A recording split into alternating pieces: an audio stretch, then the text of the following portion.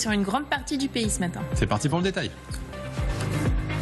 Si, visiblement. Mais on peut aussi être une autre chaîne de télé qui s'occupe du sport, par exemple, parce qu'on va parler.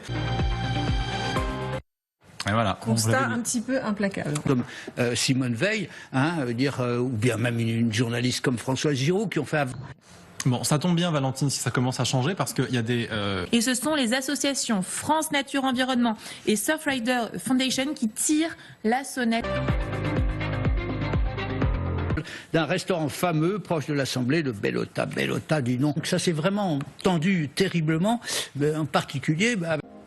Bonjour à tous, un temps gris et humide dans le nord du pays, du soleil au sud, un schéma assez classique mais de la douceur pour tout le monde et une douceur bien au-dessus des normes saisonnières, vous allez le découvrir. Alors on retrouve notre perturbation cet après-midi de la Bretagne jusqu'au Grand Est avec beaucoup de nuages, quelques pluies, des pluies plus marquées sur la façade Est. Attention à ce risque d'avalanche très élevé sur les Alpes du Nord et puis cette limite pluie-neige qui remonte à 2200 mètres d'altitude due à cette douceur exceptionnelle. Ce soleil qui gagne du terrain, qui va être de plus en plus généreux au fil des heures dans le sud du pays. Alors ces températures, justement, regardons-les de près. On attend jusqu'à 21 degrés à Perpignan cet après-midi, 15 à Brest, 13 à Strasbourg, 15 également du côté de Lille, 16 à Paris, 20 à Biarritz.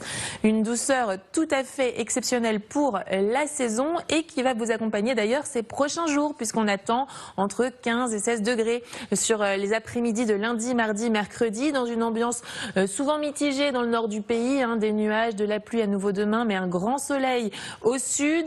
Mardi, une nouvelle perturbation qui va arriver par la Bretagne, qui traversera ensuite le pays mercredi. Et ensuite, on devrait perdre quelques degrés et se rapprocher enfin de ces fameuses normes saisonnières. Très bonne journée à tous sur LCI.